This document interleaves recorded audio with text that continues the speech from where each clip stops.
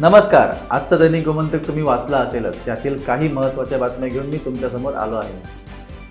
मडगाव नगरपालिकेचे नगरसेवक व अधिकारी, गोवा कचरा व्यवस्थापन, गोवा राज्य प्रदूषण नियंत्रण मंडळ व जी-सुडा या सरकारी मंडळाच्या अधिकाऱ्यांसमवेत पुणे येथील कचरा प्रक्रिया कंपनीच्या आग्रहास्तव पुण्यात जाऊन प्रकल्प पाहून आले.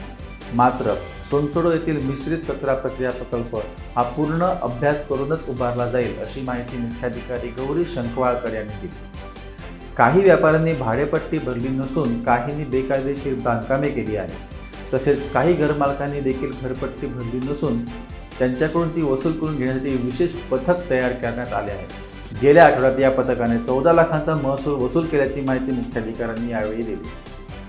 भारतीय तटरक्षक दलाचे ICGS संग्राम ही गस्ती नौका 26 वर्षांच्या सेवेनंतर निवृत्त करण्यात आली.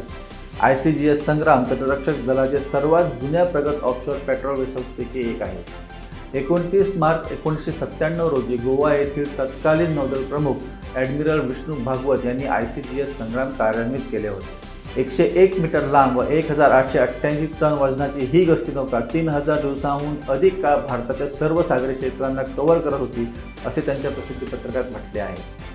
वानरमारे म्हणून ओळखला जाणाऱ्या फोंडा तालुक्यातील निरंकाल येथील कातकरी समाजातील मुलांच्या क्रीडा गुणांना चालना मिळावी आणि क्रीडा कौशल्याचा विकास घडवण्यासाठी कातकरी क्रीडा मेळावा नुकताच कुंभारवाडा निरंकाल येथे उत्साहात पार पडला.